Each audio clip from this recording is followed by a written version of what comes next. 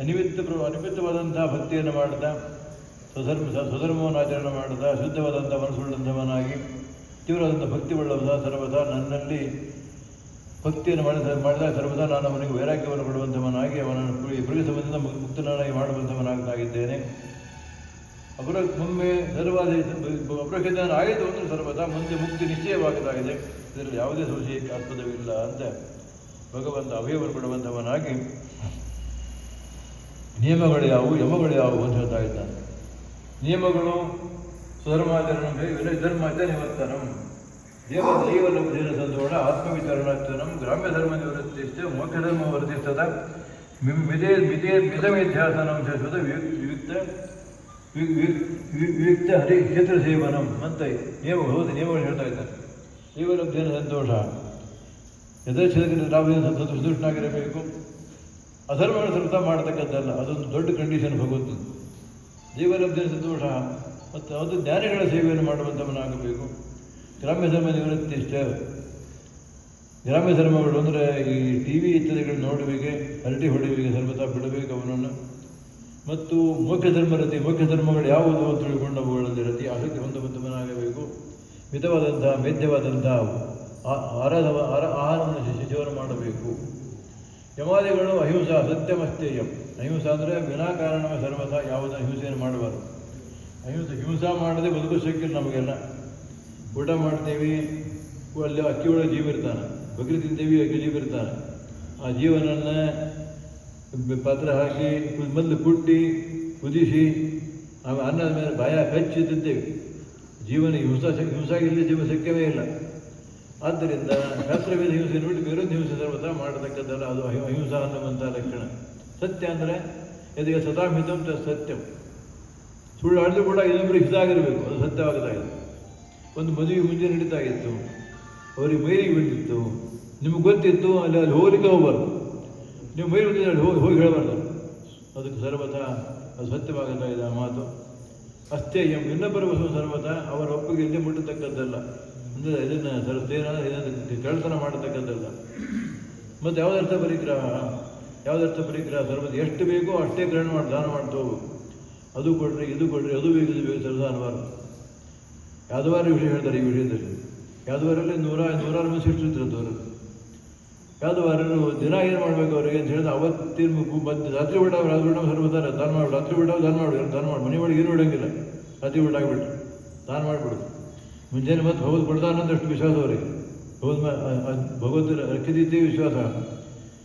ಹೀಗಾಗಿ ಅವರು ಎಂದೂ ಕೂಡ ಸರ್ವತ ಸಂಗ್ರಹ ಮಾಡುವಂತಹ ಉಪಯೋಗ ಇರಲಿಲ್ಲ. ಅದಕ್ಕೋಸ್ಕರವಾಗಿ ಸರ್ವತ ಆರಿದಾಗಿ ಯಾವುದರ್ಥ ಪರಿಗ್ರಹ ಅನ್ನುವಂತಹ ಒಂದು ವಿಷಯವನ್ನು ನಾವು ಕೇಳ್ತಾ ಇದ್ದೇವೆ. ಬ್ರಹ್ಮಚರ್ಯ ವೇದಗಳ ಅಧ್ಯಯನ, ತಪಸ್ಸು, ಕಾಯಿಕ, ಪಾತಿರಮಾಸ ತಪಸ್ಸು ಮೂರು ವಿಧ. ಮಾನಸಿಕವಾದ ತಪಸ್ಸು, ಮನುಷ್ಯರು ಕೂಡ ಇನ್ನೊಬ್ಬರಿಗೆ ಕೇಡಾಗಬಾರ್ದು, ಬಯಸಬಾರ್ದು.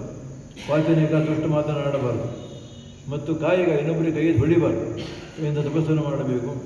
ಶೌಚ ಆಂತರಿಕ ಮತ್ತು ಬಾಹ್ಯ ಶೌಚಗಳು, ಸ್ನಾನ ಮಾಡುವಂಥದ್ದು ಬಾಹ್ಯ ಶೌಚ, ಮನಶುದ್ಧಿ ಮಾಡಿಕೊಳ್ಳಿ ಆಂತರಿಕ ಶೌಚ ಅಂತ ಹೇಳಿ ಅದನ್ನು ಸರ್ವತಾ ಅದನ್ನು ಪಾಲನೆ ಮಾಡಬೇಕು. ಮತ್ತು ಪುರುಷೋತ್ತಮ ಭಗವಂತನ ಪೂಜೆಯನ್ನು ನಿರಂತರವಾಗಿ ಮಾಡ್ತಾ ಇರಬೇಕು. ಮೌನ ಹಿಂದೆ ಹೇಳಿದ ಪ್ರಕಾರ ಶಾಸ್ತ್ರದ ಒಂದು ವಿಮರ್ಶೆ ಅಥವಾ ಅದನ್ನು ಮನನ ಮತ್ತು ಸದಾತನ ಸ್ಥಿರ ಒಂದೇ ಆಸನ ಕುತ್ಕೊಂಡು ಅನೇಕ ಹೊತ್ತು ಕೊಡುವಂಥ ಸ್ಥೈರ್ಯವನ್ನು ಹೊಂದುವಂಥವನಾಗಬೇಕು. ಒಂದೇ ಆಸನದಲ್ಲಿ ಕುಳಿತುಕೊಂಡು ಮತ್ತು ಪ್ರಾಣಾಯಾಮದಿಂದ ಶ್ವಾಸವನ್ನು ದೇಶವಂತ ಗುಣಗುಣವಾಗಿರಬೇಕು. ಪ್ರತ್ಯಾಹಾರ ಇಂದ್ರಿಯಗಳನ್ನೆಲ್ಲ ಅಂತರ್ಮುಖಿಯಾಗಿ ಮಾಡಿಕೊಳ್ಳಬೇಕು. ಮೀರಿ ಇಂಥ ಒಂದು ಯಮ ನಿಯಮ ಆಸನ ಪ್ರಾಣಾಯಾಮಗಳಿಂದ ಪ್ರತ್ಯಾಹಾರ, ಧಾರಣ, ಧ್ಯಾನ, ಸಮಾಧಿ ವಿಧ ಯೋಗ ಅಷ್ಟವಿಧವಾಗಿದೆ. ಯೋಗ ಭಗವಂತನ ಕಾಣುವಂಥ ಯೋಗ ಉಪಾಯ ಅಂತ ಅಷ್ಟವಿಧವಾಗಿದೆ. ಯಮ ನಿಯಮ, ಆಸನ, ಪ್ರಾಣಾಯಾಮ, ಪ್ರತ್ಯಾಹಾರ, ಧಾರಣ ಮತ್ತು ಧ್ಯಾನ, ಸಮಾಧಿ ಅಂತ 8 ವಿಧವಾದಂಥ ಇವುಗಳಿಂದ ನನ್ನನ್ನು ಕಾಣಲು ಶಕ್ಯವಾಗುತ್ತಾಗಿದೆ. ಇವುಗಳನ್ನು ಅವಶ್ಯವಾಗಿ ಮಾಡುವಂಥವನಾಗಬೇಕು. ಮುಕ್ತಿಯನ್ನು ಯಾರು ಬಯಸ್ತವನೋ ಅಂಥವನು ಮಾತು ಮಾಡಬೇಕು. ಮತ್ತು ಇವುಗಳಲ್ಲಿ ಏನು ಉಪಯೋಗದಿಂದ ಧಾರಣ ಅಂದರೆ ಭಗವದ್ ಮೂರ್ತಿಯನ್ನು ಧ್ಯಾನ ಮಾಡುವೆ ಧಾರಣ ಅಂತಾರೆ. ರಾಮ ಅಥವಾ ಯಾವ ಒಂದು ಮೂರ್ತಿನೋ ರೂಪವನ್ನು ಧ್ಯಾನ ಮಾಡುವುದು, ಅದು ಧಾರಣ. ಜನ್ಮದ ಪಾಪನಾಶ ಆಗ್ತಾವೆ. ಹಿಂದಿನ ಜನ್ಮದ ನಾಶವಾಗಿ ಬಿಡ್ತಾ ಇವೆ ಧಾರಣದಿಂದ. ಪ್ರತ್ಯಾಹಾರದಿಂದ ದುಷ್ಟ ವಿಷಯ ಸಂಸರ್ಗ ದೋಷ ಹೋಗ್ತಾವೆ. ಪ್ರತ್ಯಾಹಾರದ ಇಂದ್ರಿಯಗಳನ್ನು ಒಳಗೆ ಮಾಡಿಕೊಳ್ಳುವುದರಿಂದ ಧ್ಯಾನದಿಂದ ಈಶ್ವರ ವ್ಯತಿರಿಕ್ತಾನ್ ಗುಣಾನ್ ದೇಹ ದೂರೀಕೃತ್ಯ. ವಿಷಯಗಳು ಸರ್ವತಾ ಧ್ಯಾನ ಮಾಡಿದ್ರೆ ಬೇರೆ ವಿಷಯಗಳಿಗೆ ಮನೆಗೆ ಬರಬಾರದು ಅಂತ ಧ್ಯಾನದಿಂದ ಆ ಒಂದು ದೂರ ಮಾಡುವಂತಹ ಕಾರ್ಯವಾಗ್ತಾ ಇದೆ.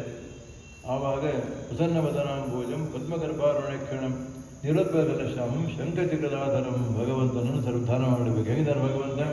ಪ್ರಸನ್ನವದಂತ ಮುಖವುಳ್ಳವನಾಗಿದ್ದ, ಗಂಟು ಮುಖ ಆಗಿಲ್ಲ ಭಗವಂತ, ಪ್ರಸನ್ನವದನಾಗಿದ್ದಾನೆ. ಮತ್ತು ಪದ್ಮಗರ್ಭಾರುಣ್ಯ ಕ್ಷಣಂ, ಅವನ ಕಣ್ಣುಗಳಲ್ಲಿ ಸುಂದರವಾಗಿರತಕ್ಕಂಥ ಕಣ್ಣುಗಳು ಮೂರು ಕೆಂಪು ಗೆರೆ ಇರ್ತಾವೆ, ಸಲಕ್ಷಣದು ಆ ಲಕ್ಷಣವುಳ್ಳವನಾಗಿದ್ದಾನೆ. ಮತ್ತು ನೀರಕಮಲದಂತೆ ಒಂದು ಶ್ಯಾಮವರ್ಣವುಳ್ಳವನಾಗಿದ್ದಾನೆ, ಶಂಕರಗದಾಧರನಾಗಿದ್ದಾನೆ ಚಿಂತನೆ ಮಾಡುವಂಥವನಾಗಿ ಅವನ ಭಗವಂತನ ಒಂದು ಧ್ಯಾನ ಮಾಡುವಂಥವನಾಗಿ ಅವನ ಒಂದು ಪಾದಗಳು ಹೊರಟಿರತಕ್ಕಂಥ ನೀರಿನಿಂದ ಗಂಗಾ ಇದು ಸರ್ವದ ಶಿವಭೂತ. ಶಿವ ಮೊದಲು ಅಶಿವನಾಗಿದ್ದ, ಶಿವನಾಗಿಬಿಟ್ಟ, ಮಂಗಳಕರನಾಗಿದ್ದಾನೆ ಅಂಥೇಳಿ ಭಗವಂತ ಧ್ಯಾನ ಮಾಡುವಂಥವನಾಗಬೇಕು. ಈ ರೀತಿಯಾಗಿ ಧ್ಯಾನ ಮಾಡಬೇಕಾದ್ರೆ ಧ್ಯಾನವನ್ನು ಮಾಡ್ತಾ ಹೋದಂತೆ ಶಬ್ದಾದಿ ವಿಷಯಗಳಿಂದ ದೂರವಾಗಿ ಯಥಾ ಪುತ್ರಾಚ್ಯ ವಿತ್ತಾಚ್ಯ ಪ್ರಸಂಗಮರ್ತ್ಯ ಪ್ರತೀಯತೆ ಆತ್ಮಾತ್ಮತ್ವೇನ ಅಭಿಮತ ದೇಹ ಅದೇ ಪುರುಷತ್ವದ. ಈ ಎಲ್ಲ ಮಕ್ಕಳಿಗಿಂತಲೂ ಹೆಂಡತಿಗಿಂತಲೂ ಸಹಿತ ಭಗವಂತ ಅತ್ಯಂತ ಪ್ರೀತನಾಗುವಂಥವನಾಗಿ ಅನುಗ್ರಹ ಮಾಡುವಂಥವನಾಗಿದ್ದಾನೆ ಅಂತ ಹೇಳಿ ಭಗವಂತ ಹೇಳ್ತಾನೆ. ಭಕ್ತಿಯೋಗ ಬಹುವಿಧ ಮಾರ್ಗೈ ಭಾವ್ಯತೆ. ಭಕ್ತಿಯೋಗ ಅನೇಕ ವಿಧವಾಗಿದೆ, ಅದನ್ನು ತಿಳಿದುಕೊಳ್ಳುವಂಥವನಾಗು. ಏನು ಭಕ್ತಿಯೋಗದಲ್ಲಿ ಎಷ್ಟು ಪ್ರಕಾರ? 3 ಪ್ರಕಾರಗಳು ಅಂತ ಹೇಳೋದು ಭಗವಂತ. ಅಭಿಸಂಧಾಯೋ ಹಿಂಸ ದಂಭಂ ಮತ್ಸರ್ಯಮೇವಜ ಸಂರಂಭಿ ಭಿನ್ನ ಭಾವಂ ಮೈಕುರ್ಯ ತಾಮಸಃ. ಭಕ್ತಿ ಮಾಡಲಿಕ್ಕೆ ಬಂದು ಏನೋ ಮನಸ್ಸು ಅಭಿಸಂಧಾಯ ಮುಖ್ಯವಾಗಿ ಹಿಂಸೆಯನ್ನು ಅಭಿಸಂಧ ಮಾಡಿಕೊಂಡು ಮಕ್ಕಳಿಗೆ ಕಾರು ಮುರಿಬೇಕು, ಅವ್ರ ಕಣ್ಣು ಹೋಗಬೇಕು ಅಂತ ಎಷ್ಟು ಮಾಡ್ತಾರೆ, ಅಪ್ರದಕ್ಷಿಣೆ ಆಗ್ತಾರೆ, ನಮಸ್ಕಾರ ಆಗ್ತಾರೆ ಬಂದು ಗುಡಿಗೆ. ಇಡೀ ಭಕ್ತಿಯಲ್ಲಿದು ಆದರೂ ಕೂಡ ಗುಡಿ ಬರ್ತಾರೆ ಭಕ್ತಿ ಅಷ್ಟೇ, ಭಕ್ತಿ ಅಂತ ಕರಿಬೇಕಷ್ಟೇ. ಅದು ಏನು ಹಿಂಸೆಗೆ ಅಭಿಸಂಧಾನ ಮಾಡಿಕೊಂಡು ಇನ್ನೊಬ್ಬರಿಗೆ ಕೇಡಾಗಬೇಕು ಅನ್ನುವಂಥ ಬುದ್ಧಿ ಉಳ್ಳಂಥವರಾಗಿ, ದಂಭ ಇವನು ಭಕ್ತನ ಮಾತು ಮಂದಿ ಕರಿಬೇಕು ಅನ್ನೋ ಬುದ್ಧಿಗಿಂತ ಮಾತ್ಸರ್ಯವನ್ನಿಟ್ಟುಕೊಂಡು ಮತ್ತು ಗುಡದಿಟ್ಟುಕೊಂಡು ಸರ್ವದಾ ಇಂಥ ಮಾಡೋ ಭಕ್ತಿ ಇರುವುದು ಅದು ತಾಮಸ ಭಕ್ತಿಯಾಗಿದೆ. ಅಂಥ ಭಕ್ತಿಯನ್ನು ಮಾಡಬಾರದು ಅಂತ ಭಗವಂತನ ಅಭಿಪ್ರಾಯ. ಇನ್ನು ವಿಷಯಾನಭಿಸಂಧಾಯ ಐಶ್ವರ್ಯಮೇವತೆ ಹೆಚ್ಚಾದ ವರ್ತಯತೆ ಪ್ರತಿಭಾವ ಸರಾಜಸಃ. ವಿಷಯಗಳನ್ನು ಅರ್ಥ ಮಾಡಿಕೊಳ್ಳಲು ಕೀರ್ತಿ ಬರಬೇಕು, ಹಣ ಬರಬೇಕು, ಪ್ರಸಿದ್ಧಿ ಬರಬೇಕು, ಮನೆ ಆಗಬೇಕು ಅನ್ನೋದು ಇಟ್ಟುಕೊಂಡು ಅಭಿಪ್ರಾಯ ಇಟ್ಟುಕೊಳ್ಳುವಂಥವನಾಗಿ, ಯಶಸ್ಸು ಐಶ್ವರ್ಯ ಬರಬೇಕು ಅಭಿಪ್ರಾಯ ಅರ್ಚಾದಿಗಳಲ್ಲಿ ಪ್ರತಿಮೆಗಳಲ್ಲಿ ಪೂಜೆ ಮಾಡುವಂಥವನು ಸರ್ವದಾ ಅವನು ರಾಜಭಕ್ತನಾಗಿದ್ದಾನೆ. ಇನ್ನು ಕರ್ಮ ನಿರಾರ ಉದ್ದೇಶ ಸಾತ್ವಿಕ ಭಕ್ತಿ ಯಾರು? ಪರಸ್ಮಿನ್ವಾದ ದರ್ಪಣಂ ಯಜೇದ್ ಎಷ್ಟವಿಮಿತಿವ ಪ್ರತಿಭಾವ ಸಾತ್ವಿಕ ಅಂತ ಭಗವಂತ ಹೇಳಿ ಸಾತ್ವಿಕ ಭಕ್ತಿ ಅಂತ ಹೇಳಿ ಸರ್ವದಾ ಕರ್ಮದ ಪಾಪಗಳು ಬಹಳ ಕ್ಷಯವಾಗಬೇಕು ಅನ್ನೋ ಬುದ್ಧಿಯಿಂದ ಮತ್ತು ಮಾಡುವ ಕರ್ಮಗಳನ್ನು ಶುದ್ಧ ಕರ್ಮಗಳನ್ನು ಮಾಡಿ ಹೋದರ್ಪಣ ಕೃಷ್ಣಾರ್ಪಣ ಅಂತ ಅರ್ಪಣೆ ಮಾಡುವಂಥವನಾಗಿ ಇದು ನನ್ನ ಅವಿಷ್ಟವಾದಂಥ ಕರ್ತವ್ಯವಾಗಿದೆ ಅನ್ನೋ ಬುದ್ಧಿಯಿಂದ ಮಾಡುವ ಸರ್ವದಾದ ಸಾತ್ವಿಕ ಭಕ್ತಿಯಿಂದ ಕರೆಯುವಂತರಾಗಿದ್ದಾರೆ. ಇವು 3 ಒಂದು ಇನ್ನೊಂದು ಭಕ್ತಿ ಅಹೇತುಕಿ ಭಕ್ತಿಯಿಂದ ಇನ್ನೊಂದು ಭಕ್ತಿಯಿಂದ ಕೇಳ್ತಿರ್ತಾನೆ. ಅವೇದ ಸರ್ವದಾ ಯಾರೂ ಬೇಡ, ಭಗವದ್ಗೀತನಾಗಲಿ ಅನ್ನೋ ಬುದ್ಧಿ ಅದು ಅಹೇತುಕಿ ಭಕ್ತಿ. ಅದು ನನಗಿಂತ ಕೇಳಬೇಕು ಅನ್ನುವಂಥ ವಿಷಯ ಇರುವುದಿಲ್ಲ. ಮದಾಂ ಬಹುಮಾನೇನ ಹೀನಾನಾಂ ಅನುಕಂಪಯ ಮತ್ತು ಮೈತ್ರಾಜಯ ಆತ್ಮಪುಣ್ಯಗಳು ಇವೇನ ನಿಯಮೇನಿದೆ. ಈ ರೀತಿಯ ಭಕ್ತಿ ಮಾಡುವಾಗ ಇದೊಂದು ಅವಶ್ಯವಾದಂತಹ ಒಂದು ಅದು ಘಟಕವಾಗಿದೆ. ದೊಡ್ಡವರ ಬಹುಮಾನ, ದೊಡ್ಡವರ ಸರ್ವದಾ ಎಂದು ಅಪಮಾನ ಮಾಡುವಂತಹ ಕಾರ್ಯಕ್ಕೆ ಹಾಕಬಾರದು. ಮತ್ತು ಹೀನಾರಾಮ್ ಅನುಕಂಪ, ಸಣ್ಣವರಿಗೆ, ದುರ್ಬಲರಿಗೆ, ರೋಗಿಗಳಿಗೆ, ಅಶಕ್ತರಿಗೆ ಅನುಕಂಪ ಉಳ್ಳವನಾಗಿರಬೇಕು. ಮತ್ತು ಆತ್ಮದಲ್ಲಿ ಸಮಾನ ಸರ್ವದಾ ಅವರಿಗೆ ಮೈತ್ರಿ ಭಾವವುಳ್ಳವನಾಗಿರಬೇಕು. ಈ ರೀತಿಯ ಪರಿಶುದ್ಧ ಹೃದಯವುಳ್ಳವನಾಗಿ ಆತ್ಮಾನಂ ಹರಿಪ್ರಸಾದ ವಿಮುಖಂ ಕರೋತಿ. ಸರ್ವದ ಇಂಥವನು ಹರಿಯನ್ನು ಅನುಗ್ರಹ ಮಾಡುವಂತೆ ಮಾಡಲಿಕ್ಕೆ ಅತ್ಯಂತ ಯಶಸ್ವಿ ಆಗುವಂಥವನಾಗಿದ್ದಾನೆ ಅನ್ನುವಂಥ ಮಾತನ್ನು ಹೇಳಿ ಎಲ್ಲ ಕಡೆ ಭಗವಂತನ ಅಧಿಷ್ಠಾನವನ್ನು ಚಿಂತನೆ ಮಾಡುವಂಥವನಾಗಬೇಕು. ಇನ್ನು ತಾರತಮ್ಯ ಜ್ಞಾನ ಇತ್ತು ಅವಶ್ಯ ಅಂತ ಭಗವಂತನ ಒಂದು ಅಭಿಪ್ರಾಯ. ಸರ್ವದಾ ತಾರತಮ್ಯ ಜ್ಞಾನ ಬೇಕೇ ಬೇಕು. ತಾರತಮ್ಯ ಜಗತ್ತಲ್ಲಿ ಎಲ್ಲಿ ಇಲ್ಲ. ಸಮತಾಭಾವ ಅಂತ ಎಲ್ಲರೂ ಉಪನ್ಯಾಸ ಮಾಡ್ತಾರೆ, ಭಾಷಣ ಮಾಡ್ತಾರೆ. ಸಮತಾಭಾವನೆ ಯಾರೂ ಮಾಡೋಂಗಿಲ್ಲ. ಮುಖ್ಯಮಂತ್ರಿ ತನ್ನ ಪ್ಯೂರನ್ನು ಹತ್ತಿರ ಕೊಡ್ಸೋಂಗಿಲ್ಲ, ಅಲ್ಲೇ ಇರಬೇಕು, ಭಾಗದ ಇರಬೇಕು. ಸರ್ವದಾ ಸಮಾನರು ಅಂತ ಹೇಳ್ತಾರೆ ಅಷ್ಟೇ ಹೊರತು ಸಮತ್ವ ಎಲ್ಲಿಯೂ ಇಲ್ಲ. ಇವು ಎಲ್ಲಿಯೂ ಯಾರು ಸರ್ವದಾ ಅದನ್ನು ಕಾರ್ಯರೂಪಕ್ಕೆ ತಂದದ್ದು ಎಲ್ಲಿಯೂ ಕಂಡಿಲ್ಲ. ಅದು ತಾರತಮ್ಯ ಅತ್ಯಂತ ಅವಶ್ಯವಾಗಿ ತಾರತಮ್ಯ ಜ್ಞಾನ ಬೇಕು ಅಂತ ಹೋದು ಹೇಳುವಂಥವನಾಗಿ ಜಡವಾದಂಥ ವಸ್ತು ಅಲ್ಲಿ ಭಗವಂತ ಇಲ್ಲಿ ಟೇಬಲ್ನಾಗೂ ಭಗವಂತ ಇದ್ದಾನೆ.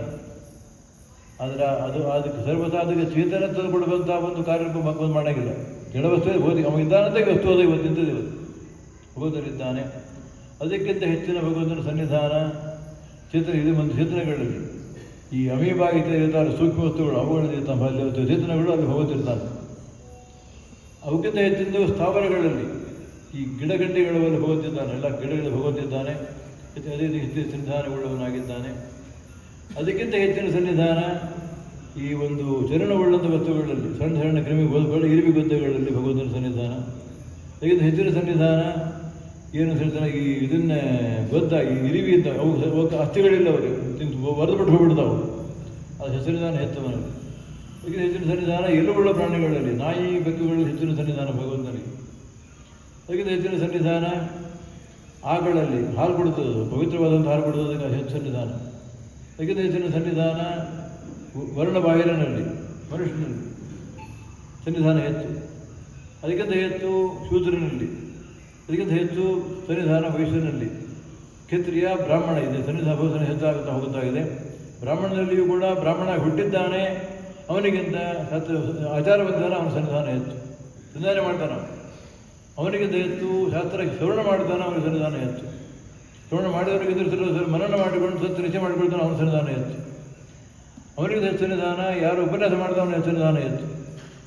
ಅವನಿಗೆ ಹೆಚ್ಚು ಸನ್ನಿಧಾನ ಸಮಸ್ಯೆ ನಿವಾರಣೆ ಮಾಡ್ತಾನೆ. ಅವನು ಭಾಷಣ ಉಪನ್ಯಾಸ ಮಾಡ್ತಾ ಕರೆ ಸಮಸ್ಯೆ ಮಾಡಿ ಬರೀ ಅವನಿಗೆ ಹೆಚ್ಚು ಸಮಸ್ಯೆ ಹೆಚ್ಚಿದೆ ಸನ್ನಿಧಾನ ಅವನಲ್ಲಿ ಹೆಚ್ಚು.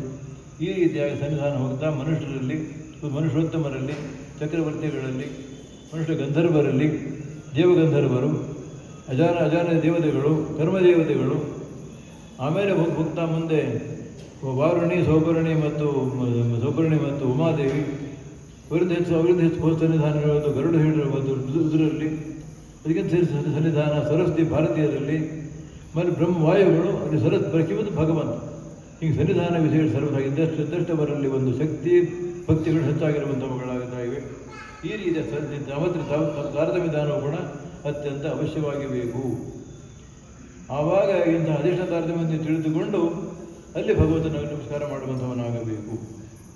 ಭಕ್ತಿ ಯೋಗಶ್ಚ ಮಾನವ ಉದೀರಿತ